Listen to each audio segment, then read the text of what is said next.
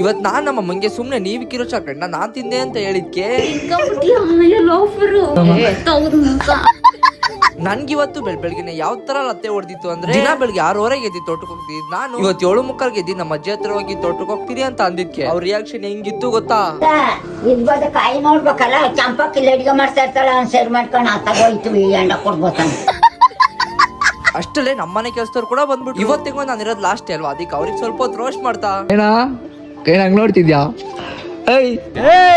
ಅಷ್ಟಲ್ಲೇ time ಆಯ್ತು ಅಂತ ನಾನು ಈ ತರ ರೆಡಿ ಆಗಿ ನಮ್ಮ ಅಜ್ಜಿಗೆ ಟಾಟಾ ಬಾಯ್ ಹೇಳ್ತಾ ಗಾಡಿ ಎತ್ಕೊಂಡು ಹೊಲ್ಟಿದ್ದೆ ರೈಲ್ವೆ ಸ್ಟೇಷನ್ ಕಡೆ. ನಾನು ಹೋಗೋ ಅಷ್ಟಲ್ಲೇ ಟ್ರೈನ್ ಅಲ್ಲೇ ಬಂದ್ಬಿಟ್ಟು ಹಂಗೆ ಹೋಗಿ ಒಳ್ಳೆ ಸೀಟ್ ಸಿಕ್ತು ಅಂತ ಕುತ್ಕೊಂಡು ಒಳ್ಳೆ ವ್ಯೂ ನೋಡ್ಕೊಂಡು ನಿದ್ದೆ ಮಾಡೋದು ಹೇಳೋ ಅಷ್ಟರಲ್ಲಿ ಬೆಂಗಳೂರೇ ಬಂದ್ಬಿಟ್ಟು ನಾನು ಅಲ್ಲಿಂದ ಮನೆಗೆ ಬಂದು ದಿನ ನಮ್ಮಮ್ಮ ಫೋನಲ್ಲಿ ನನಗೆ ರೋಸ್ಟ್ ಮಾಡ್ತಿದ್ದಲ್ಲ ಅಂತ ಇವತ್ತು ನಾನು ನಮ್ಮಮ್ಮಂಗೆ ಯಾವ್ಯಾವ ತರ ರೋಸ್ಟ್ ಮಾಡ್ದೆ ಅಂದ್ರೆ ನಿಂತ್ಕೊಳ್ಳಿ ಯಾರು ಬೇಕು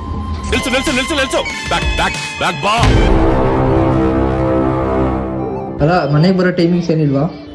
ಟೈಮಿಂಗ್ಸ್ ಇಲ್ವಾ? ಡೈಲಿ ಮಿಲ್ಕ್ ನೀಬೇಕಿದ್ದ ಫ್ರಿಜ್ ಅಲ್ಲಿ